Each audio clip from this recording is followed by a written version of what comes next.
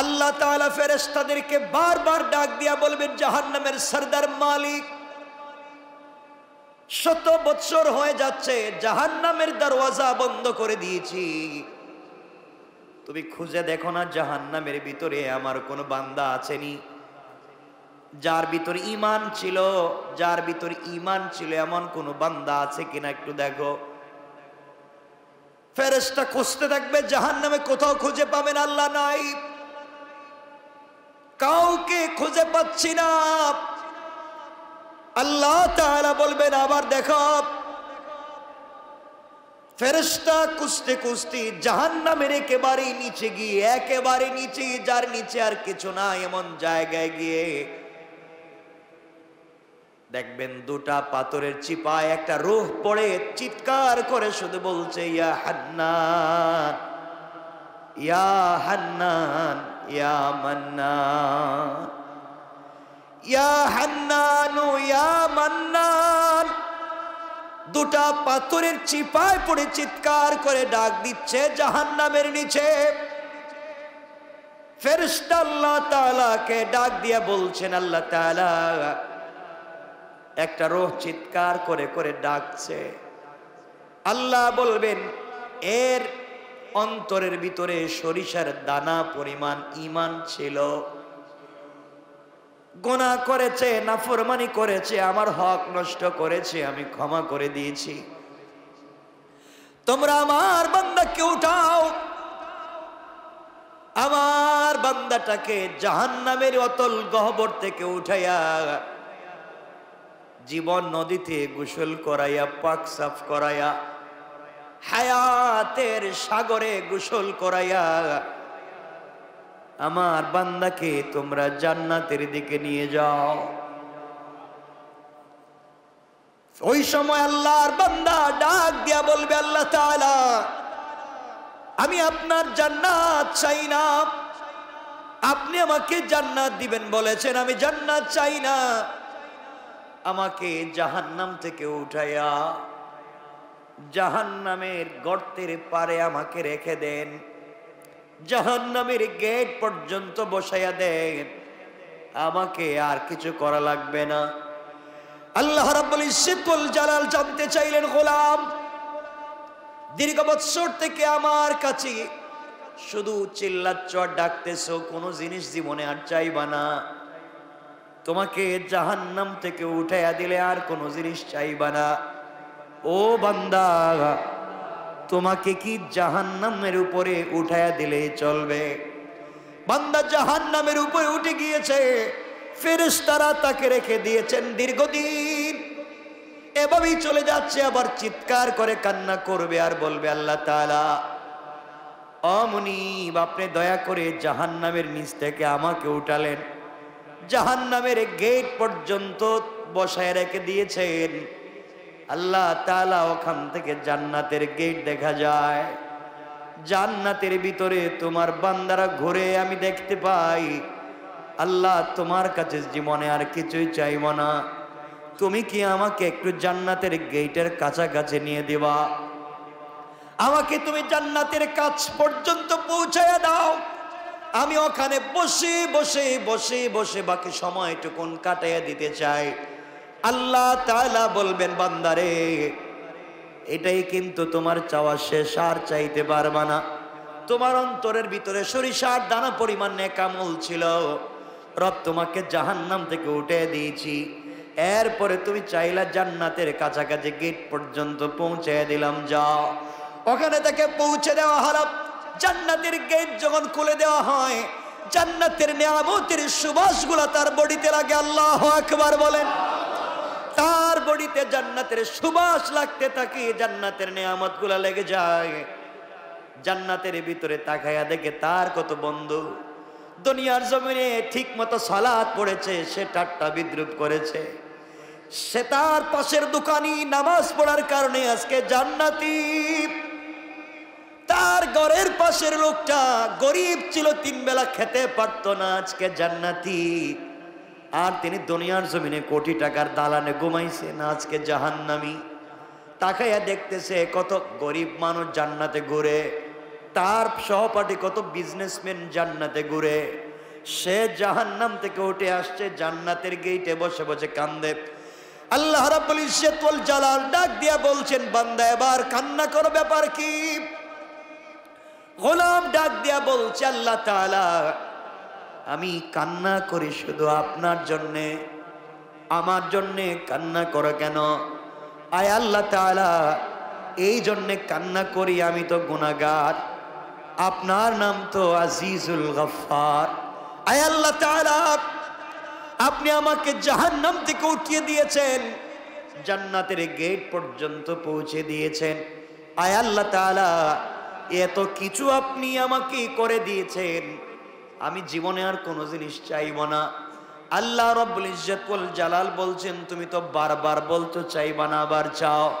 এবার বান্দা বলছে, আল্লাহ তাআলা আমি তো গোলাম, আমি তো বারবার ওয়াদা ভঙ্গ করতে পারি, আমি তো গুনাহ করতেই পারি, আমি কথা বলে কথা না রাখতে পারি, কিন্তু সৃষ্টির মধ্যে একমাত্র যিনি আমাদের রব আর পুরা দুনিয়া তার সৃষ্টি, রব কাউকে কোনো ওয়াদা দিলে সেই ওয়াদাকে ভেঙে দেয় না। আল্লাহ জান্নাত কত সুন্দর দেখা যায়, তোমার কাছে আমি জান্নাত চাই না, জান্নাতে বসবাস করার কথাও বলি না, আমাকে একটা বার জান্নাতের ভিতরে দেখবার সুযোগ দাও, আমি জান্নাতের ভিতরে যাব, জান্নাত দেখে কথা দিলাম, ওয়াদা দিলাম বের হয়ে আসবো, যদি বের না হতে চাই আপনি ঘাট ধরে আমাকে বের করে দিবেন, আমাকে একটা বার ভিতরে ঢুকবার সুযোগ দেন। আল্লাহ বললেন, বান্দারে এবারে কথা শেষ। আল্লাহ আমিও তোমার কসম খায় বললাম এবারে কথা শেষ। সুবহানাল্লাহ বললাম। আল্লাহ বলেন এবারে কথা শেষ, আর কোনো জিনিস চাইতে পারবে না, ঢুকলেই বের হওয়া লাগবে। বান্দা বলছে, আল্লাহ আমিও কথা দিলাম এবার কথা বলা শেষ, আর কোনো দিন চাইব না। আল্লাহ তাআলা বললেন, যাও তুমি জান্নাত দেখে আসো। বান্দা জান্নাতের ভিতরে যখন প্রবেশ করেছে, দৌড়াতে শুরু করেছে, দৌড়ায়। থামেন। আল্লাহ বলেন, বান্দা থামো না কেন? তোমাকে না বলছিলাম তুমি টাইম শেষ হয়ে গেলে বের হয়ে যাবা? ও বান্দা, বের না হয়ে তুমি জান্নাতের ভিতরে দৌড়াও কেন? এবার বান্দা দাঁড়িয়ে গিয়েছে আর ডাক দিয়ে বলছে, আল্লাহ আপনার সঙ্গে আমি কিছু কথা বলতে চাই। আল্লাহ বললেন, কি কথা বলতে চাও বলো। আল্লাহ তাআলার কাছে বান্দা বলছে, আল্লাহ আপনার কাছে আমি জানতে চাই, আপনি যদি কাউকে কোনো জিনিস দান করেন তাহলে আপনি কি কোনোদিন ফিরিয়ে নিতে পারেন? আপনার কি কোনো জিনিসের কমতি আছে নাকি? আপনি কি এমন আল্লাহ, আপনি কি কাউকে কিছু দিলে ফিরে আনেন? দুনিয়ার মানুষ কিছু দিলে ফিরিয়ে নিতে পারে, খোটা দিতে পারে, আপনি তো এমন আল্লাহ না, কাউকে কোনো জিনিস দিলে ফিরিয়ে নিতে পারেন না। আপনি কোরআনে কারিমের ভিতরে বলেছেন, কাউকে যদি আপনি জান্নাতে প্রবেশ করান আর জীবনে বের করবেন না, আমাকে যেহেতু ঢুকাইয়া দিয়েছেন, আপনি কেমনে আমাকে বের করতে চান? তাহলে তো আদা ঠিক থাকবে না। আল্লাহ রাব্বুল ইজ্জতুল জালালের রহমতের সাগরে জোশ উঠে গিয়েছে। আল্লাহ বললেন, বান্দা তোমাকে বের করতে চাই না, তুমি বলো কেমন জান্নাত চাও, যেই জান্নাত চোখে দেখা যায় তার চাইতে 10 গুণ বড় জান্নাত তোমাকে দিতে চাই। আমি বুঝাতে চাইলাম, দুনিয়ার জমিনে আপনি যত অন্যায় করেন না, ফরমানি করেন, রব চাইলে ক্ষমা করে দিয়ে জান্নাত দিতে পারে। কিন্তু আল্লাহ বলেছেন, বান্দা দুইটা গুনাহ যদি কোনোভাবে করো আমি ক্ষমা করব না। 2 গুনাহ করলে আল্লাহ তাআলা বলেছেন ক্ষমা করবেন না, বাকি সব তিনি ক্ষমা করে দিতে পারেন। 1 নাম্বার গুনাহ হলো বান্দার হক। বান্দার হক যদি আপনি নষ্ট করেন, বান্দাকে যদি আপনি কোনোভাবে কষ্ট দেন, লেনদেন করেন, টাকা পয়সা মেরে খান, জায়গা জমিতে ভুলভাল দলিল করেন, কারো জায়গা ইচ্ছা মতো দখল করেন, মানুষকে কষ্ট দেন, মানুষের রাস্তা বন্ধ করেন, সারাদিন চিন্তায় থাকেন কেমনে মানুষকে কষ্ট দিবেন, সারাদিন পরামর্শ করেন কেমনে অমুককে তমুককে কষ্ট দেওয়া যায়। দুনিয়ার জমিনে কোনোভাবে যদি আপনার কাছ থেকে সরিষার দানা পরিমাণ কোন বনিয়াদম কষ্ট পায়, আল্লাহ তাআলা বলছেন আমি ক্ষমা করব না।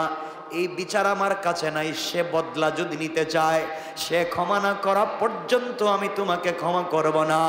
ও বান্দা, তুমি যদি 1000 কোটি টাকা দান করো, শত শত মসজিদ বানাইয়া দেও, 1000 বার আমার ঘর তওয়াফ করতে যাও, আর সরিষার দানা পরিমাণ বান্দার হক থাকে, আমি কিন্তু ক্ষমা করতে পারবো না। সুতরাং দুনিয়ার জমিন থেকে জান্নাত পর্যন্ত যেতে হলে 1 নম্বরে বান্দার হক থেকে নিজেকে বাঁচিয়ে রাখতে হবে। কথা বলেন, কথা বলেন না কেন? বান্দার হক নষ্ট করা যাবে না, বান্দাকে কোনোভাবে কষ্ট দেওয়া যাবে না, মানুষকে কোনোভাবে কষ্ট দেওয়া যাবে না। টাকা খায়া গ্রামের বিচার করা যাবে না, জায়গা জমি দখল করা যাবে না, ভাই বোনকে ঠকানো যাবে না, মা বাপকে ঠকানো যাবে না, স্ত্রী সন্তানকে ঠকানো যাবে না, আত্মীয় স্বজনকে ঠকানো যাবে না। যার যে হক আছে হক আপনি পৌঁছে দিবেন। কারো উপকার করতে না পারেন, ক্ষতি করতে যাবেন না। কারণ বান্দা, আল্লাহ তাআলা বলে দিয়েছেন, বান্দার যখন হক নষ্ট করা হয়, যে হক নষ্ট করে তার নাম জালেম, যার হক নষ্ট হয় তার নাম মাজলুম। আর আল্লাহ রাব্বুল ইজ্জত ওয়াল জালাল বলে দিয়েছেন, কিয়ামতের দিন কোন জালেমের দিকে আমি তাকাবো না, কোন জালেমের কথাও শুনবো না, আর মাজলুম যে হবে তার হিসাব নিব না, বিনা হিসাবে জান্নাত দিতে চাই। সুবহানাল্লাহ, জোরে বলেন। এই জন্য দুনিয়ার জমিনে চলার পথে আমরা যদি ঠকে যাই, কেউ যদি আমাদেরকে কষ্ট দিয়ে থাকে, আমাদের হক নষ্ট করে থাকে, আমাদের জায়গা জমি দখল করে থাকে, আমাদের টাকা পয়সা মেরে খেয়ে থাকে, আমাদেরকে কষ্ট দিয়ে থাকে, সুযোগ থাকলে ক্ষমা করে দিবেন। হয়তো আল্লাহ আপনাকে বড় করে দিবেন, কিয়ামতের দিন হয়তো আপনি তাকে ক্ষমা করবেন না। আপনাকে যদি কেউ কষ্ট দেয় আর আপনি যদি মাজলুম হয়ে যান, গভীর রাত্রে হাত উঠে চোখ থেকে পানি ছেড়ে দেন।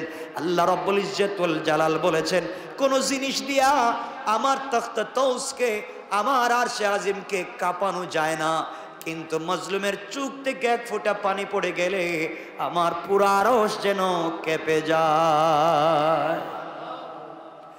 এই জন্য 1 নম্বর, কোনোভাবে কোনো কৌশলে কোনোভাবে বান্দার হক নষ্ট করা যাবে না। যার যত হক আছে, যার যত প্রাপ্য আছে তাকে পৌঁছে দেওয়া লাগবে ইনশাআল্লাহ। সবাই বললেন না? যার যে প্রাপ্য আছে পৌঁছে দিবেন, হক নষ্ট করবেন না।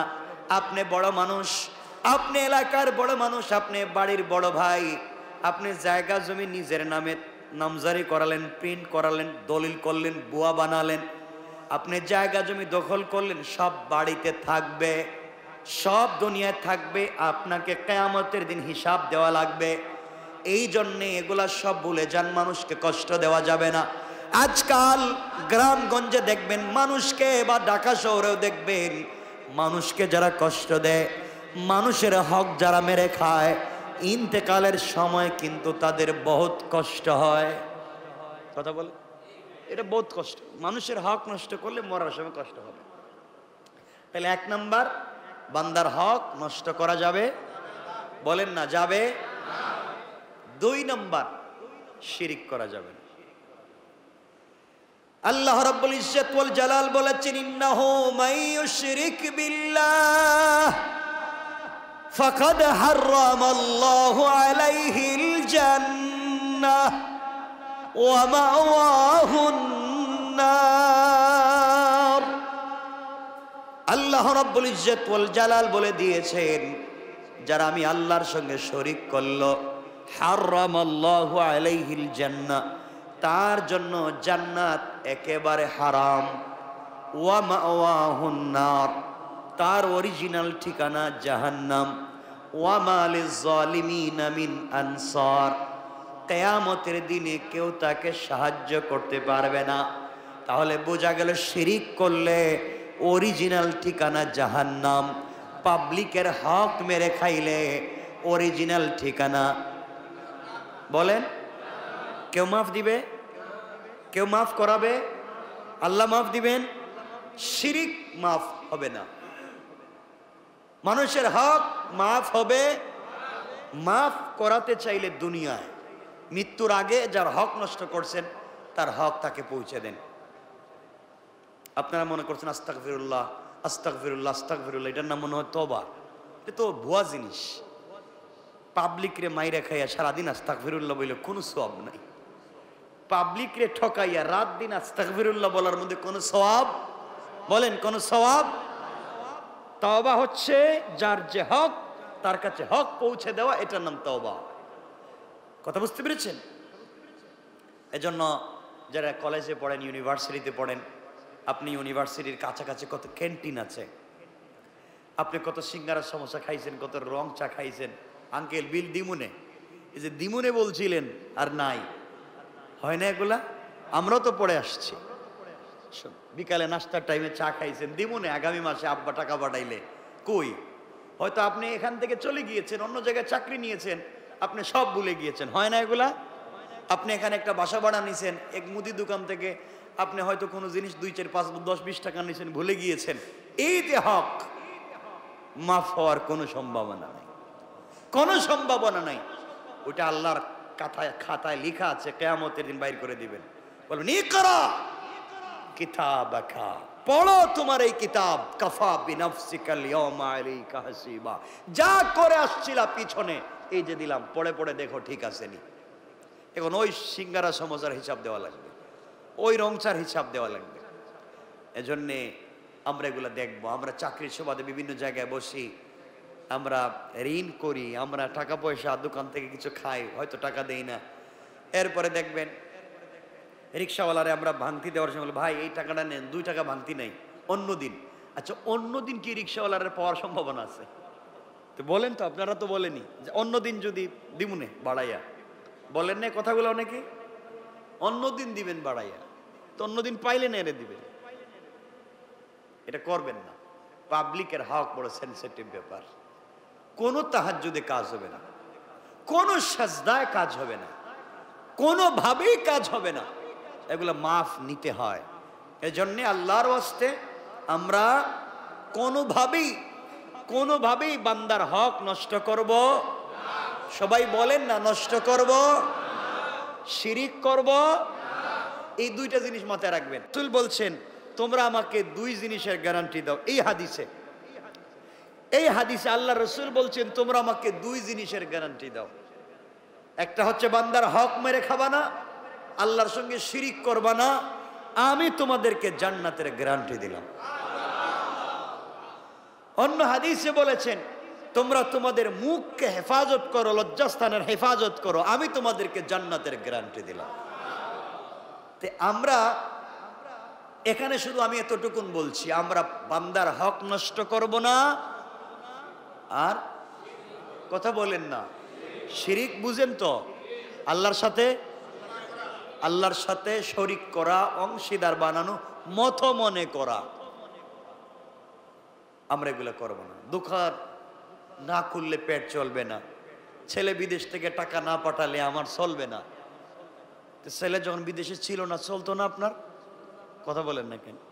দোকান যখন বন্ধ ছিল, চলে নাই আপনার? তো এই ছোটখাটো কথাও শিরিক হয়ে যায়। মানে রাখবেন, এগুলার থেকেও আমাকে বাঁচতে হবে। শিরিক ফি জাত, শিরিক ফি সিফাত, শিরিক ফিল আমল। আমলি শিরিক থেকে বাঁচতে হবে, জাতি শিরিক থেকে বাঁচতে হবে, সিফাতে শিরিক থেকে বাঁচতে হবে ইনশাআল্লাহ। কয় জিনিস? আজকের পুরো আলোচনা থেকে আমরা বাঁচবো কয় জিনিস থেকে?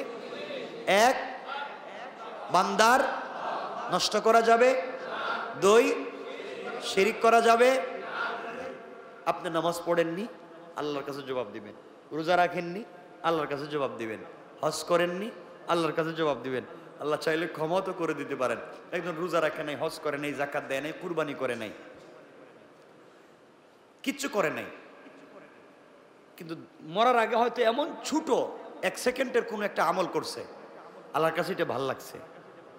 এই আমলটুকু আল্লাহর কাছে ভাল লাগছে, আল্লাহ তার জিন্দগির পুরো আমল নামার গুনাহকে মিটাইয়া দিবেন।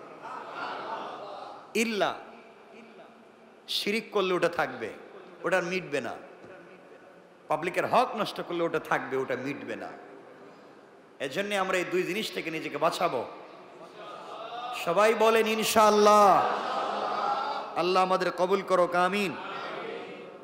হযরত নূহ আলাইহিস সালাম আল্লাহর কাছে বলতে চাইলেন, আল্লাহ আমিও তোমার কাছে চাই, আমার উম্মতেরা যারা এত কিছু করবার পরে, এত ভালোবাসা, এত দোয়া, এত নসিহাত, এত উত্তম ব্যবহার, এত দিন তাদেরকে এতদিন ওয়াজ নসিহত এত কিছুর পরেও ভালো লাইনে আসে নাই, এরপরে আমারে খুঁচায়, মাফ করে দিলাম, আপনারে গালি দেয়, আপনারে মারতে চায়, আপনার বিরুদ্ধে যুদ্ধ করতে চায়, রাত দিন শিরিক করে, একজন আর একজনকে ঠকায়, তাদের কাছে শিরিকও আছে, বান্দার হকও নষ্ট করার জিনিস আছে।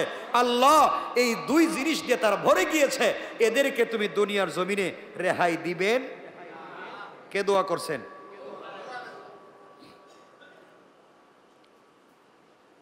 আল্লাহ বলছেন কি হয়েছে? আমার সাথে শিরিক করছে, বান্দার হক নষ্ট করছে, এদেরকে আমি মেরে ফেলে দিব। তুমি এই কথা বলছো কেন? এদেরকে বাঁচায় রাখলে সমস্যা কি? কে বলছেন? নূহ আলাইহিস সালামকে বলছেন। আল্লাহর পয়গম্বর নূহ আলাইহিস সালাম জবাব দিতে লাগলেন, ইন্নাকা ইন তাযারহুম ইউদিল্লু ইবাদাকা ওয়ালা ইয়ালিদু ইল্লা ফাজিরান কাফফারা। আয় আল্লাহ তাআলা, আপনি আমি নূহকে ভালো করে চিনেন। আমি রাগ বশত কষ্ট পেয়ে কথা বলছি না, রাগ করে বলছি না তাদেরকে ধ্বংস করে দেন। আমি তাদের কার্যকলাপের ভিত্তিতে, কাজকর্মের ভিত্তিতে বুঝতে পারতেছি, আপনি যদি তাদেরকে রেহাই দেন, আপনি যদি তাদেরকে দুনিয়ার জমিনে বাঁচাইয়ে রাখেন, তারা আপনার বান্দাদেরকে পথভ্রষ্ট করবে এবং জন্ম দিতে থাকবে দুনিয়ার জমিনে শুধু কাফের আর পাপিষ্ঠ। কন্যা নাউজুবিল্লাহ। আয় আল্লাহ তাআলা, এরা শিরিক করে, এরা বান্দার হক নষ্ট করে, জীবন্ত সন্তানকে পুড়িয়ে মারে, বাবা ছেলের হক মারে, মা মেয়ের হক মারে, ভাই ভাইয়ের হক মারে, নারীরা সব চরিত্রহীন হচ্ছে, পুরুষেরা নির্লজ্জ হয়ে যাচ্ছে। আয় আল্লাহ তাআলা, এই সমাজে এদেরকে বাঁচিয়ে লাভ নাই, এরা আপনার জমিনে থাকে, আপনার দেওয়া জিনিসপত্র খায়, এরপরেও আপনার শুকর আদায় করে না, একমাত্র আপনার ইবাদত করে না। আমি বলছি এদেরকে এই জন্যে ধ্বংস করে দেন, এরা বেঁচে থাকলে যারা ভালো মানুষ আছে তাদেরকেও পথভ্রষ্ট করবে, এদেরকেও ধ্বংস করবে, এবং ওরা যাদেরকে দুনিয়ার জমিনে জন্ম দিবে তারা হবে সকলগুলা পাপাচারী। সমাজ পাপাচারে নষ্ট হয়ে যাবে। আপনার সৃষ্টি সমাজ নষ্ট করতে চাই না, এই জন্যই খারাপ লোকগুলাকে ধ্বংস করে দেয়। তাহলে মানুষ যদি খারাপ হয় তাহলে জন্ম দেয় খারাপ। কথা বলে না কেন? এখান থেকে বুঝতে পারলাম নূহ আলাইহিস সালাম আল্লাহর কাছে বলছেন, আল্লাহ এরা তো খারাপ লোক, এরাও জন্ম দিবে খারাপ লোক, তাহলে সমাজে খারাপ লোকের বসবাস বেড়ে যাবে, এই জন্য আপনি এদেরকে ধ্বংস করে দেন। কি করে দেন? এখন আমাদের সমাজে খারাপ লোক নাই, একবারই নাই, খারাপ লোকের অভাব নাই। এই জমিন কেমনে যে আছে একমাত্র আল্লাহ জানেন, কেমনে জমিন টিকিয়ে রেখেছেন একমাত্র আল্লাহ জানেন। সুতরাং আমরা যারা আছি, আমরা আল্লাহর ওয়াস্তে খারাপ কাজ করব না, বলেন না ইনশাআল্লাহ।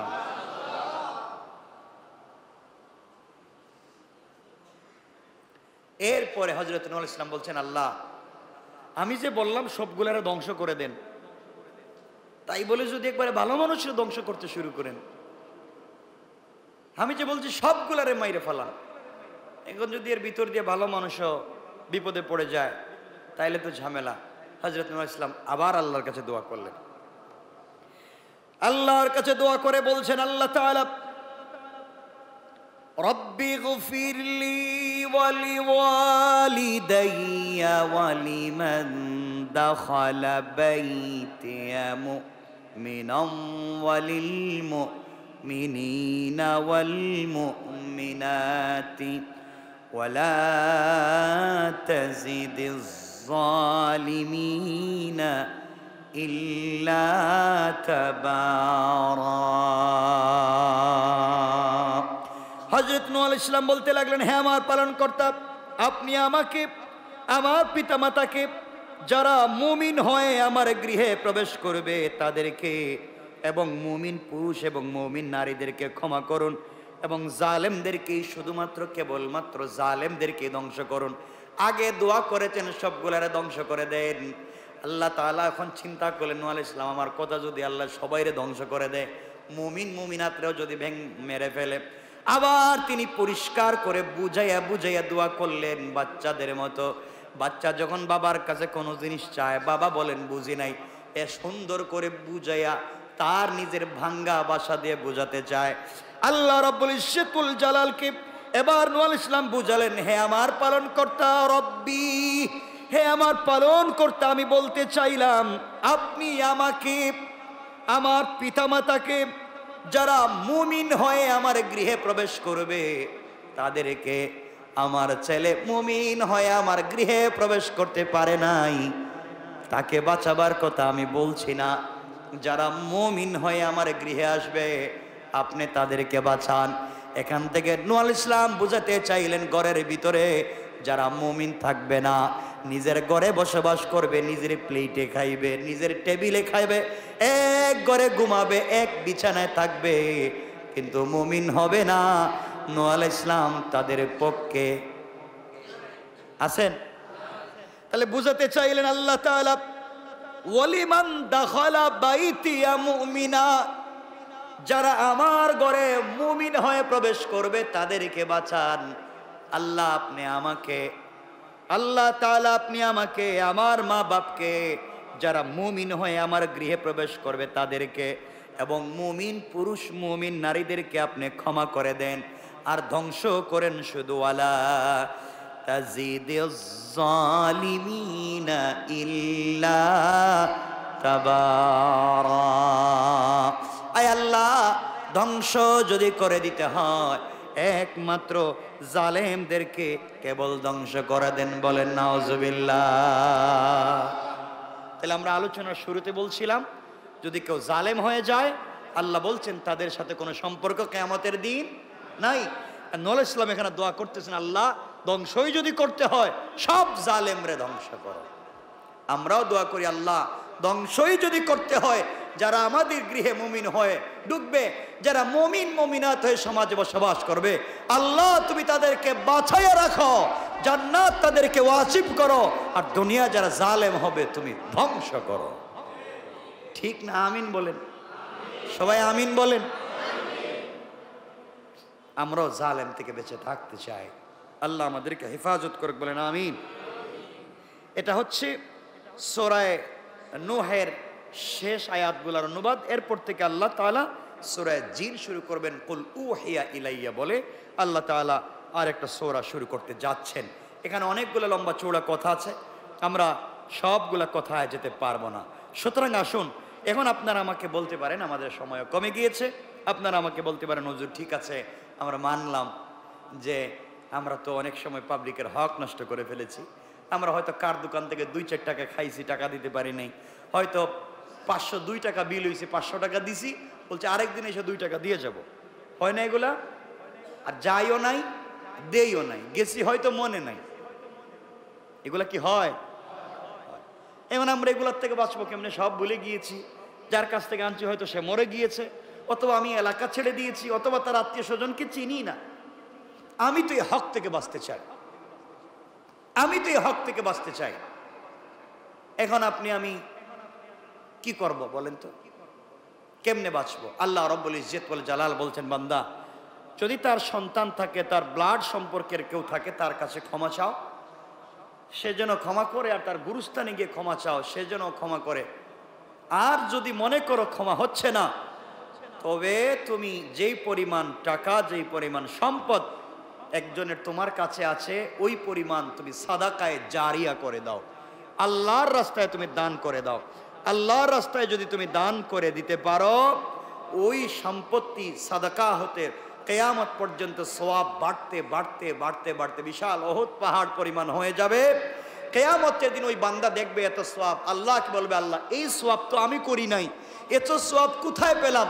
আল্লাহ বলবেন, অমুক বান্দার কাছে তোমার হক ছিল, সে ভয় পেয়ে হক তোমাকে দিতে পারেনি, মরে গিয়েছিলে বা সরে গিয়েছিলে, ভয় পেয়ে সাদাকা করে দিয়েছিল, আমি তার সাদাকাকে বাড়িয়ে এই পরিমাণ তোমার জন্য করে দিয়েছি, তুমি এটা গ্রহণ করো, আমার বান্দাকে ক্ষমা করো।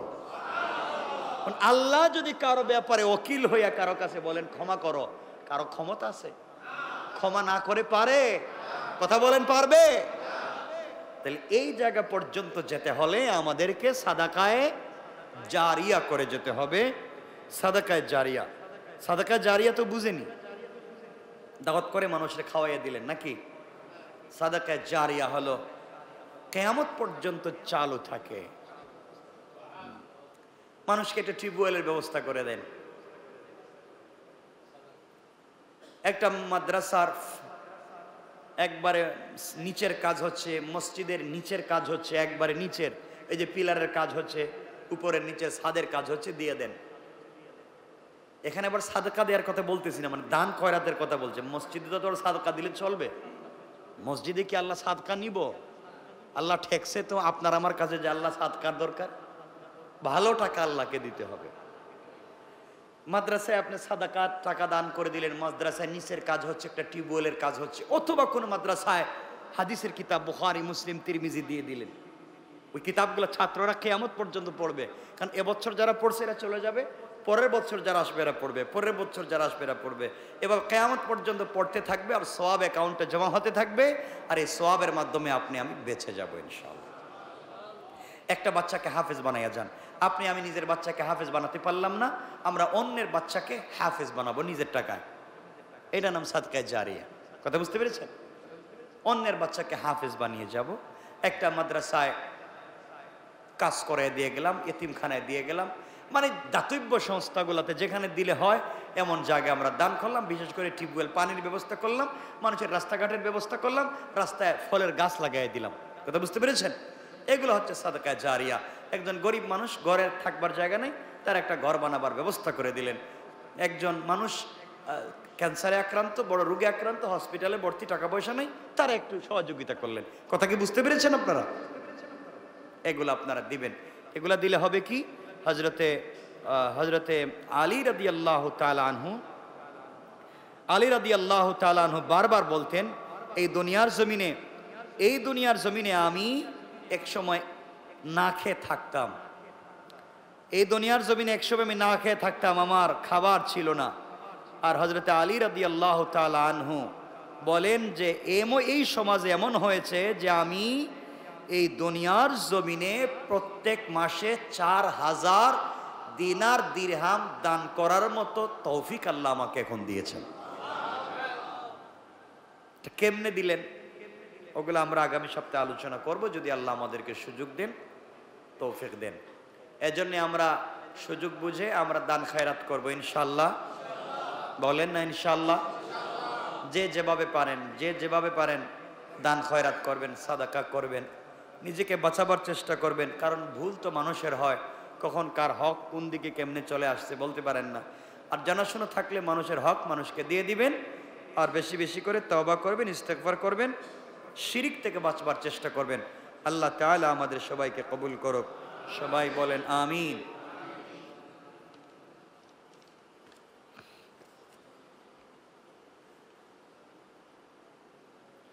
ইউনুস মোল্লা রোহের মাগফিরাত কামনায় দোয়া চাওয়া হয়েছে। ওমর ফারুক সুস্থতার জন্য দোয়া চেয়েছেন। সালেহ বেগম রোহের